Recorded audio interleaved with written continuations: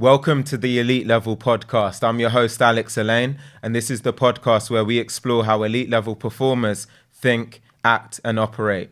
If you're watching this on YouTube, I'd really appreciate you liking, commenting, sharing, and subscribing if you get any form of value. And if you're listening to this on Spotify or any of the podcasting platforms, please be sure to take a second to leave a 5-star review.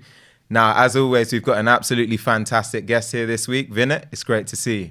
Thanks for having me, Alex. Absolute pleasure. Awesome. So Vinit, for those out there who don't know who you are, if you could tell us a bit about you in 2 minutes or less and some of your career highlights. Sure. My name is Vinit. I'm one of the co-founders and chief customer officer at Filtered. We're a learning technology business, which means that we go in and help large organizations usually improve the way in which they are training and educating and improving the knowledge of their workforce. It's a business that I had the pleasure of setting up with two of my friends many years ago, nearly 12, 13 years ago, at the end of the last sort of recession. So it was a bit of a scary time for us. And it's a business that's evolved from selling online Excel training courses into essentially helping large enterprise businesses today. Largely UK-based startup. And along that sort of career of mine, I've also done a few other things, dabbled in a bit of seed investment in other startups, and taken a growing interest in how us as people can improve our game when it comes to selling or helping customers and this, that, and the other. So yeah, those are a few of the things that I've been up to in the last few years. Awesome. And there was a real reason I wanted to have you come on here, Vinit, because you just got a fascinating background when you look at the entrepreneurship, your exposure to sales, being involved in it, really from both angles. So through this conversation, I'm really looking forward to exploring all of that. Before we get there, maybe let's go a bit more into your earlier life, right? And how you actually got yourself started. You know, I know you do everything from investments, and I think you were an analyst for a period of time and more. So just talk to us about the bit more of the earlier life, Vinit. Sure.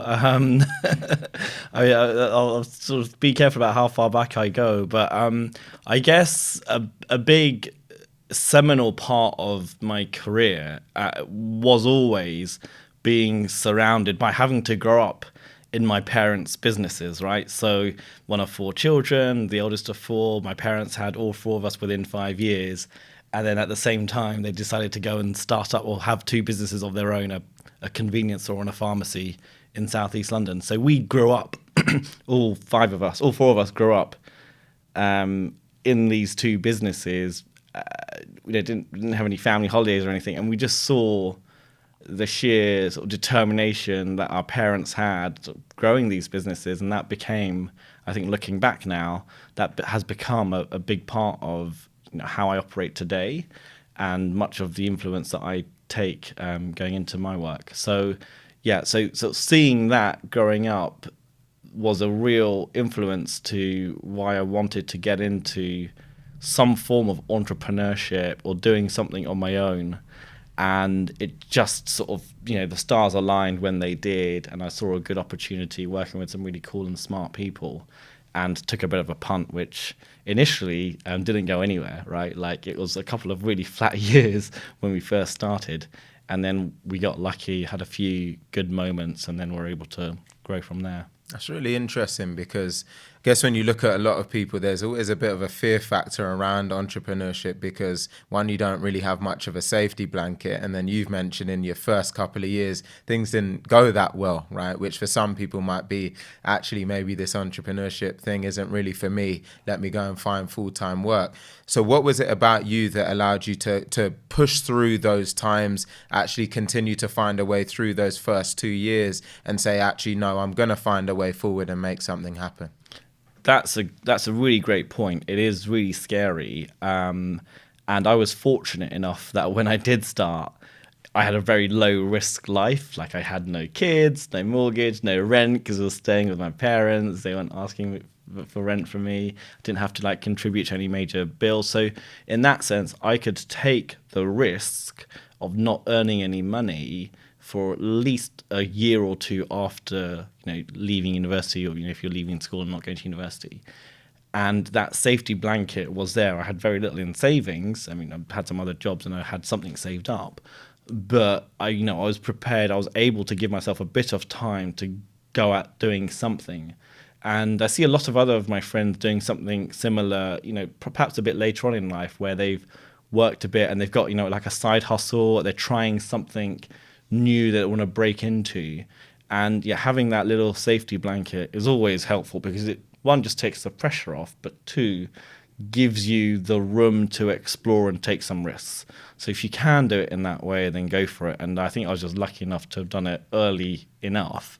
If I was to even think about taking that same risk now, it'd be a very difficult thing to potentially do. Absolutely, yeah. It's not easy, right? And I think people struggle with that balance sometimes. If you've got your 9 to 5, and then some people say then you use your 5 to 9 to maybe build a side hustle, then transition. I've got other friends who have said to me, look, you've just got to go all in, right? But I think the great thing about your story is that really you did go all in, and even when things got difficult, you didn't give up. You kept pushing on, and you eventually found a way forward. So bring us into now that time. You're a couple of years in. You're seeing a bit of early success after getting through that challenging period. What came next after that? So we initially set up the business to help other businesses, right? We thought that was the way in which we could deliver value for what we wanted to do. This was 2009, 2011, so like a really long time ago. And actually, the thing that led the initial bit of growth was in an area completely different to that. Groupon, you may recall, was a big thing back in those days, and we had a bit of a punt. We thought let's try and sell this product on Groupon, and it just sold like hotcakes. And so we were fortunate enough in those early first few years to be extremely successful as a very small business, not located too far from here actually, to grow and scale our business, not have to take on any external capital or investment, and use the profits that we were generating to reinvest in the thing that we did ultimately want to do, which was going back to helping businesses and being a B2B organization. So that inflection point sort of happened, and we then used that as a moment to invest in building a business that we wanted to build. And even then, that took some time. That took a good few years for us to find our niche, because as entrepreneurs, especially if you're looking to sell into a B2B environment, you're either sort of blissfully ignorant, in which case you're seeing things with a fresh pair of eyes, which we were, or you've been part of that world and you're seeing something new, and you can take that. But we didn't have that, right? What we were seeking to do, we had our own experiences of how people could train and improve within the workplace, but we'd never actually done it ourselves. So we had to learn a lot of those lessons as we were building the business. And one of the most sort of valuable things that I've learned over the years is trying to get into my customers' shoes, and seeing their world from their point of view rather than from my point of view. So the more that I can sort of see and breathe and live their world, the more empathy I can build with them, but also the more empathy I can have when we are building our own products, creating our new ideas, trying to do something new and innovative, so that it actually lands in the first place. So sorry, that's a fairly sprawling answer, but yeah, those were some of the things that were sort of peaking as we were going through that journey. It's really helpful to understand that, actually. And that last piece you said reminds me a lot about, I guess, us as salespeople, how we should be thinking about things where sometimes you have sellers that are very focused on their solution being the latest, the greatest, and the best. And they just insist that to customers, you need to buy this because it's just the best thing that you could buy, without actually taking the time to say, what problems is this customer facing? What initiatives are they focused on for this year that we can map to? And how can I see if I can potentially help them solve some of these challenges? How can I help them unlock their own version of success, right? And it's really that shift in mindset, which I think plays a lot into what you just said there, Vinit. What I'm curious to understand with you is really what your driving factor was throughout all of this time. You mentioned that you had really a bit of a safety blanket in a way, and you had these hard times and that element of adversity you pushed through. What were you trying to prove? Was there anything maybe based around coming out of a shadow, right, and wanting to make sure that you could leave your own legacy? Was it something completely different to that? Just help us understand that. Sure, that's a deep question for a Saturday morning. I'm not sure I even fully know myself now, looking back over those years, to be perfectly honest. I think I did want to and continue to want to prove to myself that I can do something new and challenging, at different moments in my life and my career. That is definitely something I personally get a bit restless when I get bored or I'm not being challenged. I remember when I did an internship years ago at uni. Everyone would come in at 9. It was an amazingly successful organization, financial institution. Everyone came in at 9. Everyone finished at 5. I was encouraged to leave at 5. And I was like, oh, I'm feeling a bit bored now. What do I do? And that for me, back then was something, I just knew in myself that I wanted a new and different challenge. And I continue. There have been moments when I feel that.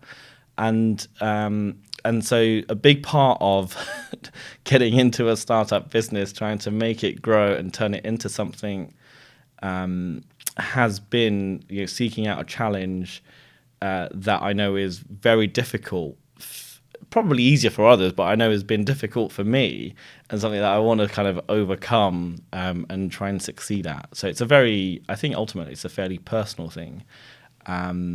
Rather than trying to necessarily sort of prove to others, although I'm sure there's a little bit of that in me as well, right? So. Absolutely, and it's it's part of what we want to do on the podcast, right? Is allow you to almost look inwardly, along with sharing some of that with a wider audience. So I appreciate your transparency and all of that, Vinit. As I mentioned at the beginning, one of the topics, big picture, I really wanted to explore with you was the experience of not only you selling your own proposition to the market, but also being sold to. Because a lot of what we've covered and the types of people we've had on have been sales leaders and sales professionals talking about how to drive best in class sales cycles, but we have never really explored what it's like to be on the other end of that, right, as someone who's getting pitched to regularly as a CEO and co-founder. So maybe just take this topic however you want, but just talk a bit about what you've seen have been great examples of being a customer on the receiving end of really good sales cycles or sales professionals that have stood out to you in terms of the way that they've been able to operate. And of course, you don't need to mention any names. Sure. I think that's a really important point. I mean, before I just dive into the examples, I would encourage anyone that's in a sales role, whatever the sales role or their capacity in selling, to try and get themselves into a position where they are being sold to. Right? I mean, we're all being sold to in some way, right, in our personal lives, but in the business context, not everyone will necessarily experience that. Looking back, occasionally I'll talk to our own salespeople. If I'm bringing in a new piece of technology, have them come along and they'll experience the sort of selling cycle in the form of being sold to. And for some of them, it's the very first time that they've been sold something to, and that actually.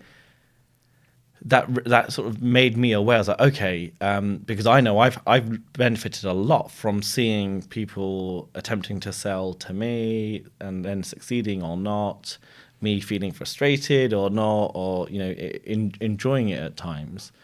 And if you're able to any way, shape or form, especially if you're in a small organization, get yourselves into a situation where you can be part of being sold to. However, you can. Try and make that happen. But in terms of like good examples, I mean, ultimately, I think it does just come down to doing the fundamentals well, right? So you touched on it earlier, not just pushing your product, but trying to find a way of understanding the pain or the problem that prospect is going through. So that's a big thing. So some of my best vendors, right, because they've been successful and therefore now a vendor, have taken the time to understand what isn't working today for me, or what might not be working, a few months down the line if we're in a particular sort of form of mode, like in a growth mode. And I will sort of name shout. I'll call out a few. So one of them is a company called Hoffy. They do a lot of remote services for us as a business. They've been amazing for us during the pandemic. And when they first prospected me, my instinct was to hit the spam button. I was like, you know what? I don't want to be sold to any more of these services. It's snake oil. It's not as good as I was led to believe. And then but just before I did a bit of quick due diligence, reread Jordan, my prospects, so the seller's email, and I was like, you know what? Actually, this is probably worth looking into. And then when we got chatting, he really took the time to understand what isn't working before even getting anywhere close to saying, this is what my product does, this is how great we are, blah, blah, blah, blah, right? It was I felt like he was just hearing me out, right? It was almost like a sort of semi-counseling session. So I think that's a really important, right? And you won't always necessarily get an opportunity to do that because, much of what you're doing maybe as an SDR or someone who's prospecting is just trying to even get that first call or that first meeting. And then the other big thing, and I touched on it earlier, is getting into your customer's shoes, but then also spending the time to really understand what the customer is going to get from your organization once the sale is closed, right? So once the contract's handed and you're probably going to pass them over to some form of post-sales support or customer success or whatever it might be. Spend the time, whatever role you're in selling, to understand what the customer gets afterwards, and really do that deeply and get yourself in front of those situations, put yourself in those situations, right? So if you're in a retail environment, get yourself behind the customer service desk. If you're in a tech sales environment, get yourself into the customer success team for a bit.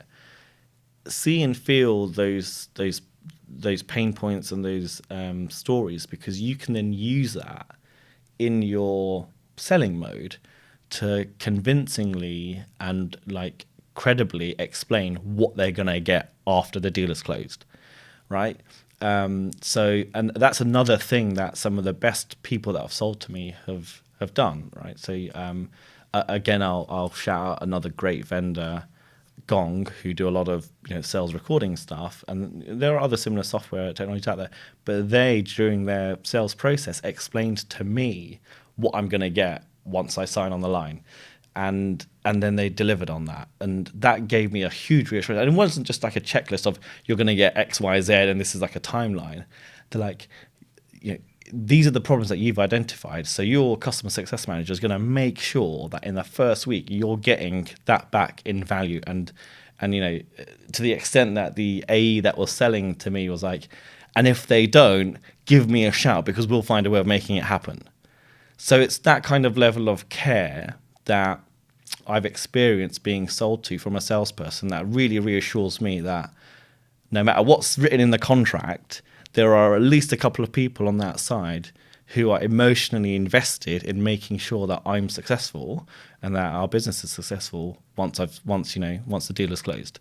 So getting really into it, I think is a big part of how you can be successful as a salesperson in these situations. There's a lot of gold in that, Vinit, a lot of gold. And I think for any seller out there, if you're not tuning in or haven't been fully dialed in up until this point, I hope that you are now, because hearing all of this from directly a customer's perspective, I think it's really, really telling, because as sellers it can be really easy to get almost absorbed in our own world.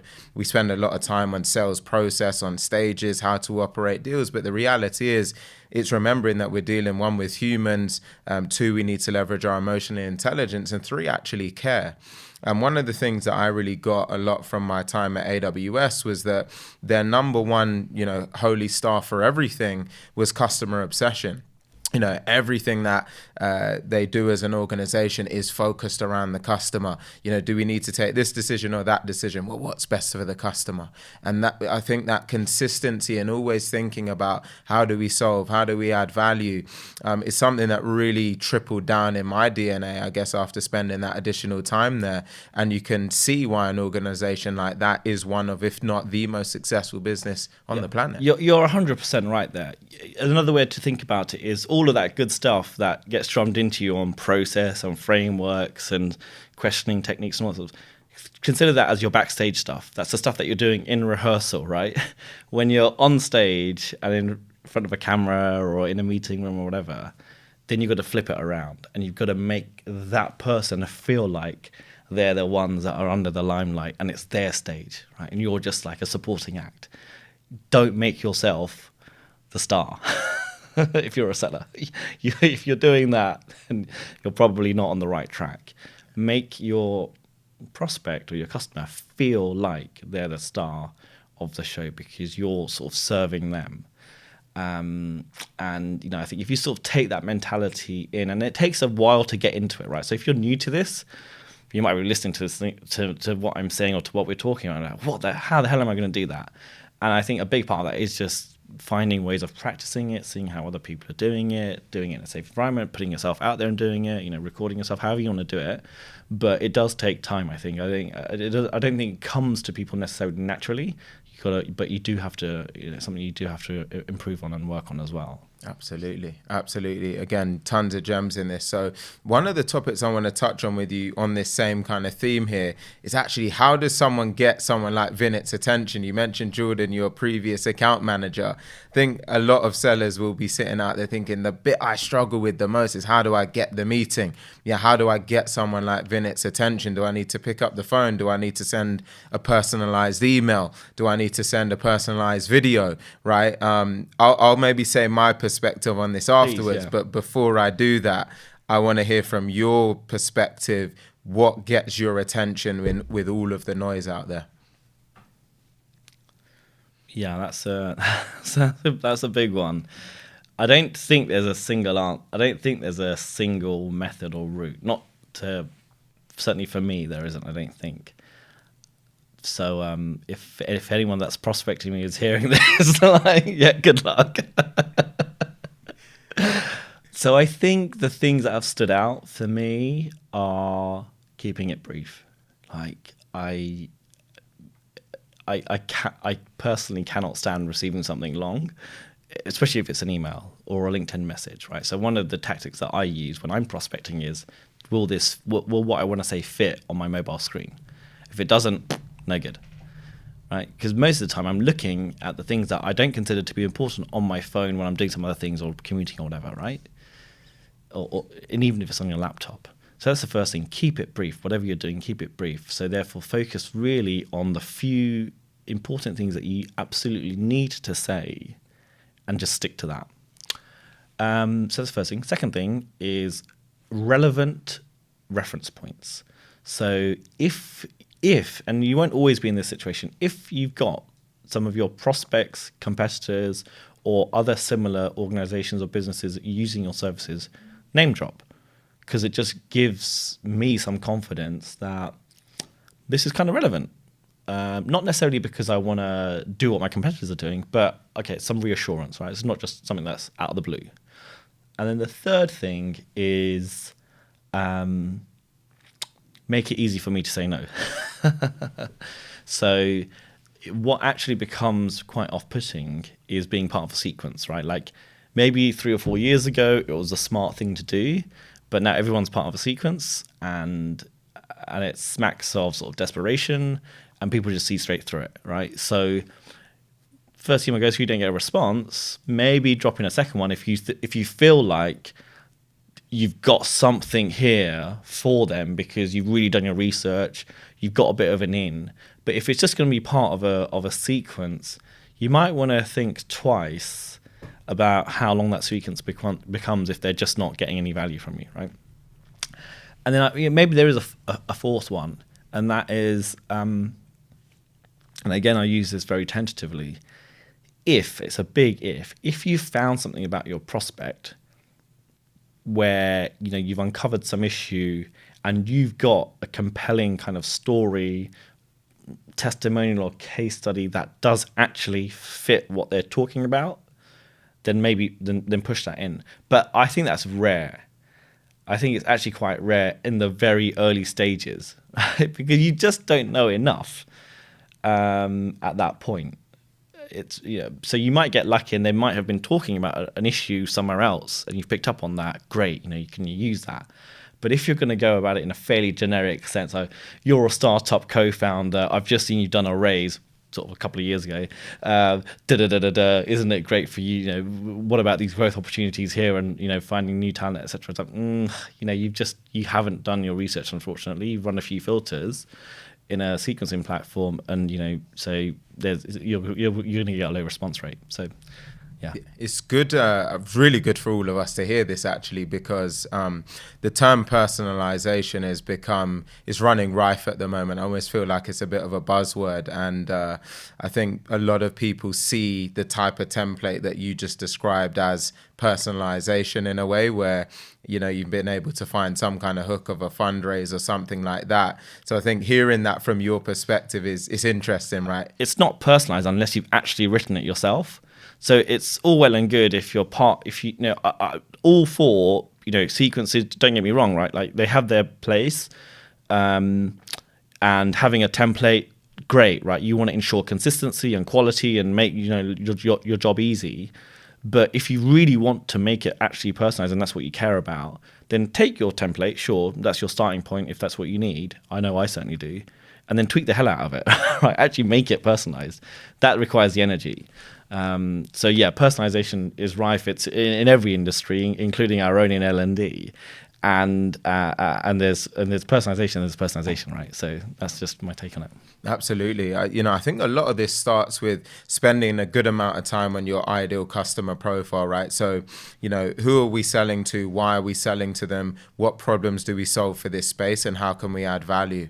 Once you understand those types of core pillars, the outreach, half the battle is actually your mindset, right? Because if you're convinced that you are selling to a space or a persona or a person where categorically you can solve compelling challenges for them or you can add tremendous value, to me, outreach doesn't become very difficult because I can look at you and say, Vinit, I can categorically make a difference for you. Give me some time to show you how. Versus being a seller that is just trying to do their numbers or hit their KPIs or meet their metrics, so they just go wide to do it, right? Goes back to a point you touched on, which is that element of care, right? And so I think having integrity as a seller actually makes a big difference to how you outbound and the passion you have when you outbound and how you go about doing it, because you should be here to help, right? And so I'd say that's a really big thing, and it comes across when doing outreach, especially outreach where it's either video based or on the phone. Because if you don't really believe in what you do, how do you really expect your customer to? How do you really expect that person to give you some time when you don't even really believe in what you're doing? Do you feel that's a fair comment from me? Yeah, I think so. I think I do accept it is really hard. Yeah, I think outbound prospecting is possibly one of the hardest things any business has to do. Period. Right? And I know when I was first hitting the phones for our own business in those early days, when we were out in the wilderness with this unknown startup, and we were trying all sorts of things, and I just couldn't understand why no one would want our free benchmarking report. And it's like it's amazing, we're going to do all this work for you for free. Why would you want it? It's like it took me a good long time to realize, actually, I don't think our customers actually care about that, because they've got a long inbox full of all sorts of other issues that they're facing. And it took us a long time. It took me a long time to realize that what you think your customers and your prospects' problems are actually quite different to what they think they are. And even if they identify with those problems, how high up the in-tray or the inbox or their list of priorities is it really? And as a prospector, as a seller, trying to identify those where it's an increasing problem or it's at the top. Being able to do that from that's interesting, that's a bit of an issue for us. Those sorts of conversations may not get you that far. They might help you build pipeline over time, but you're gonna have to put your energy into the ones that where the problems are increasing or high up, and that's important. So I think I would agree with everything you would say, and just add to that, if you're able to, as a seller, to identify those where the problem is growing in importance or really high up already, double down on those, of course. But those will be a fraction of your pipeline. So you're just going to have to live with the fact that you're probably not going to have as many of those, because just not as many people will be there at that moment in time. Yeah, I think that's the baking hot leads, as we like to call them, right, where you can find your solution and the timing and everything just marries up. But it's not as common as maybe a lot of people would hope it would be. So Vinit, let's just shift gears here slightly and talk a bit more about the entrepreneurship piece and really your experiences trying to build, grow and scale your own organizations or some of the other ones you've been involved with historically. I'm sure that in itself has its own challenges and some parts that are really fun and exciting and dynamic. So just as a founder, how would you talk about your experiences being a founder? I guess the good, the bad, and the indifferent. The good, the bad, and the indifferent. I think in all of those scenarios, whether it's me as a founder or where I've been fortunate enough to be able to invest in and back some really exciting teams and products, the single biggest challenge has always been traction, maintaining traction, and then maintaining traction some more, right? So it's terribly cliched, but growth solves all problems. So when you're growing as an organization against whatever metric that matters to you, usually that momentum in itself does solve a lot of other problems. And we've been through those phases enough times now over the 13 years of our journey, and I've sort of seen it a good number of times in other organizations, where when that happens, all of your other problems, they don't go away, but they become a lot easier to worry about, to think about, to try and solve for. So that is definitely like on the good, the bad, and the ugly side, because it touches on all of that. There's so much more to say there. So, and again, I can only really speak from my own perspective and from our own experiences. But when we haven't been in those modes, right, when we haven't been growing as fast as we need to, or we would like to, or that we think we should be growing, that's when we've generally sort of looked inwards and thought, what's missing here? What aren't we getting right about what we're not delivering to our customers or to the market? And usually that's become then part of a pivot to something new.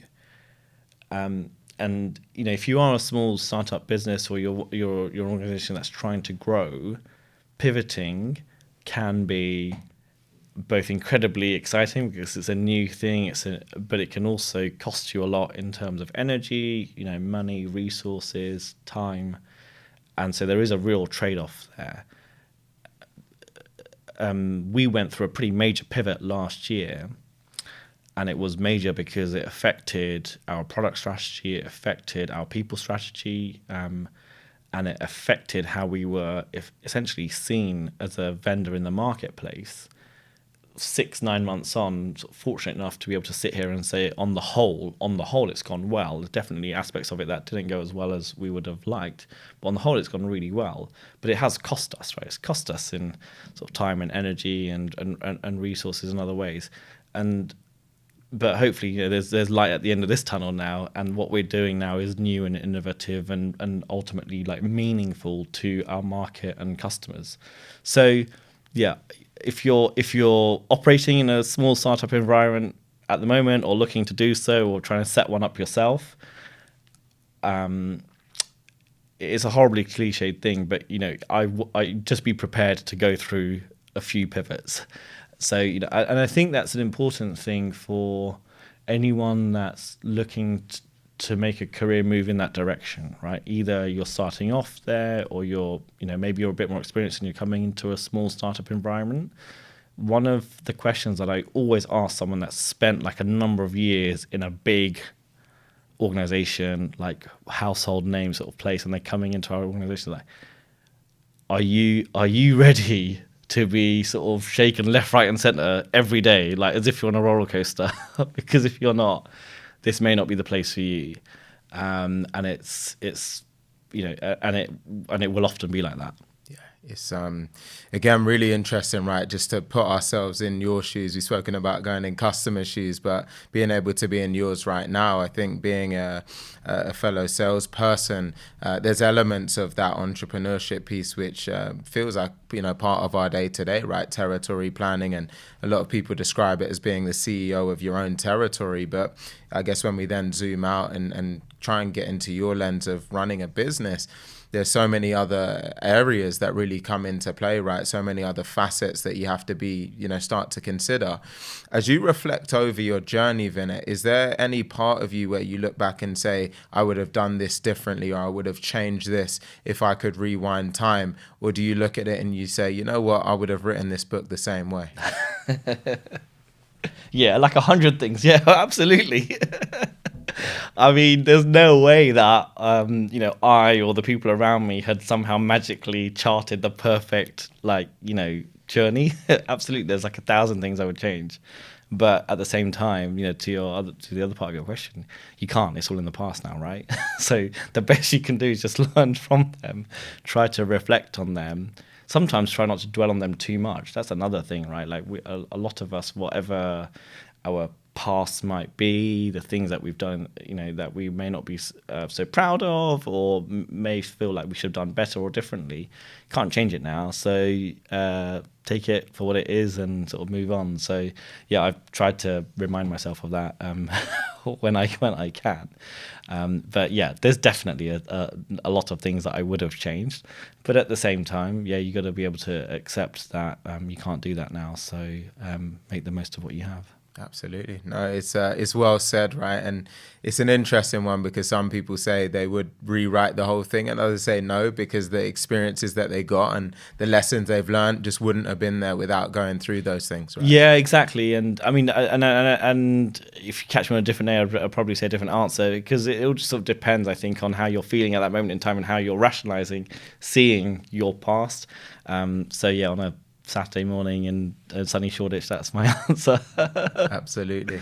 If we fast forwarded 10 years from now, right, or just started to really look ahead, curious to learn more about the legacy that you want to leave, and some of the experiences you want to make sure that you go through as you start to look ahead and look at the chapters that are to follow.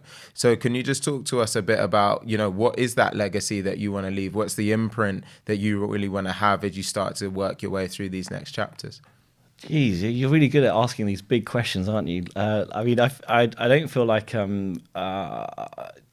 leaving a legacy feels like a really grown up thing to be even thinking about. But I think one of the things that I know I'm most proud of when it comes to the people that I've worked with, my colleagues, my team, but also people outside of work, friends, family, is helping people see that they can achieve a lot more than they think they can.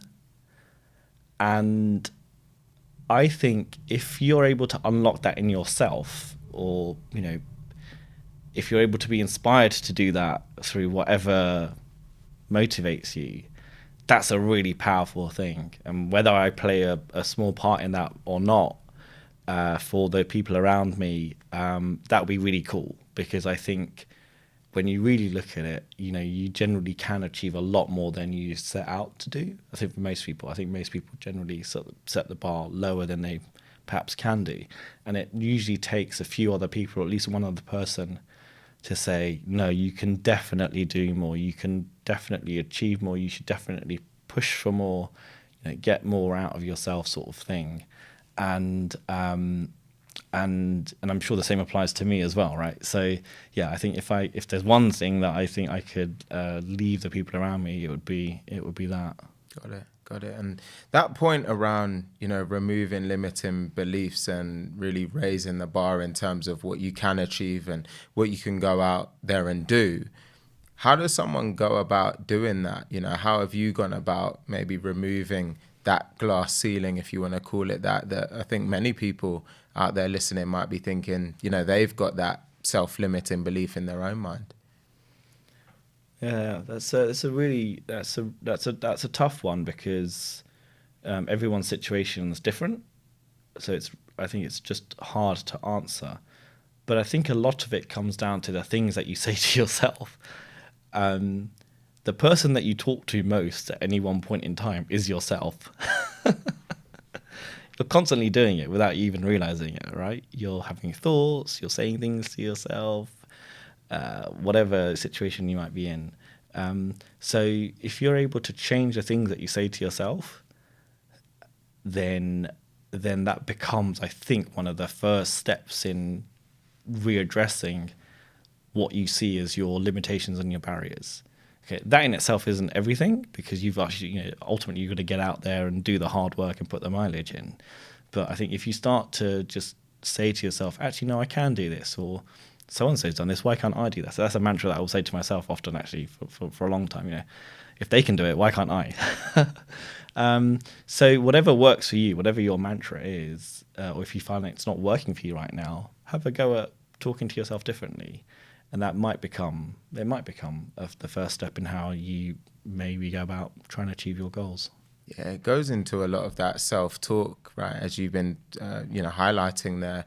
I have this picture just above my bed of Muhammad Ali, and the motto on it is "Impossible is nothing," right? And it's about, as you've highlighted, right, that self-talk, the identity that you have for yourself, right? Being able to wake up and just consistently, ingest things that allow you to believe you can go out there, you can realize your own version of greatness, whatever that is in this world.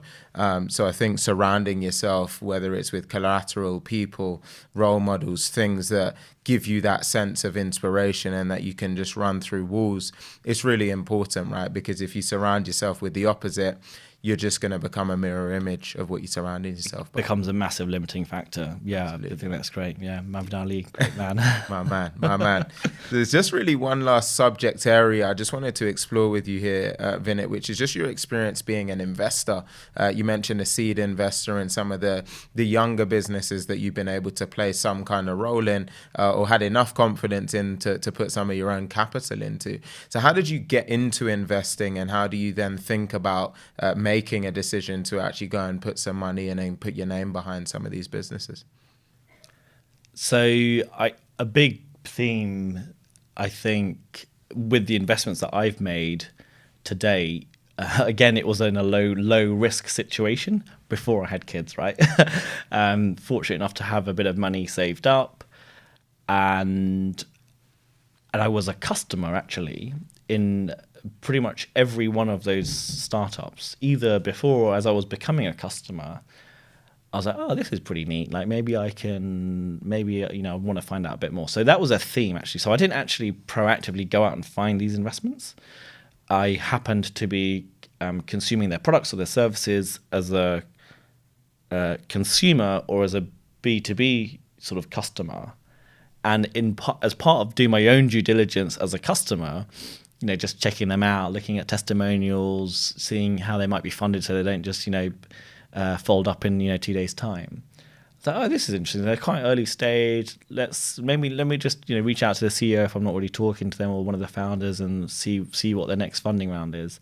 And I've actually continued to do that with some other things that I've experienced, like with a boxed wine vendor recently, and then a few other bits and pieces. I mentioned Toffee earlier. There's another sort of similar conversation there, and I think I just sort of creatively, I guess, using the same due diligence that I'm about to use in order to become a customer, to then decide whether I want to put some of my own capital into backing that business. Because again, as a customer, you're going to check out sometimes some of the competition, some of the alternatives, right? So a lot of the things that you're doing as a customer, I think you're often doing as an investor as well. So that's kind of how I got into it. So by accident, like, a lot of things in life, I guess. And one of the things that I gained from it by being involved in some of these smaller businesses was seeing how they operate and then taking some of their playbooks, swapping notes, all that good stuff, and being energized, right? We talked a bit about energy and what inspires you. Really being inspired and energized by how they operate. So every single startup that I've invested in, I've personally got a lot back in terms of like personal growth and professional growth. So even if I haven't necessarily like made an amazing return or I've had to write it off or whatever, I've definitely found I've got a lot back in return just by simply being exposed at an early stage to those founders, to those teams and what they're working on. And that's just been like fascinating. So I've been very fortunate that I've been able to do that in the first place, but I've definitely tried to squeeze it for all it's worth and get the most out in return. I mean, yeah, that's just my own sort of personal story when it comes to seed investments, but they are really risky. And with so much capital floating around, there are more and more startups, right? So it's even harder now, I think, to work out which ones are the ones to back. So if you are thinking of doing it, or you think of doing it for the first time, again, terribly cliched, but don't expect to see that money come back if you're about to invest in it. So if that feels uncomfortable for you, probably don't do it. It's a great piece of advice there, right? It's like no different to placing a bet or a gamble, right? And that's essentially what it is, right? You are basically taking a big punt on a bunch of people or one person with an idea, hoping to make waves in the world. The maths and history tells you they probably won't make it. So if you're comfortable with that, then fine. But if you're not, then just hold tight, sit onto that money, just use it for something else, maybe. Strap up tight. It's a great one. So look, Vinit, we are gonna come to the final question here now. And if you've watched any episodes, then you'll know what's coming. But it's just to really ask you that if you were talking to that person out there who wants to go from good to elite level in their career, what's the best piece of advice that you'd give to that person? So I think we've touched on some of the things already, but the one that stands out for me the most is developing an ability to improve and learn and improve. So however you want to do that, whatever is most comfortable for you, identify that and use it. So if that means, getting feedback from your team or practicing in a safe environment, or recording your calls and listening back to it, getting others to feedback, that's been particularly valuable to me.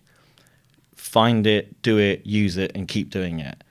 Because no one in any walk of life, Muhammad Ali included, is born elite, right? They have to put in the hard mileage backstage where no one else is looking before they get to the point where they are elite or like performing extremely well.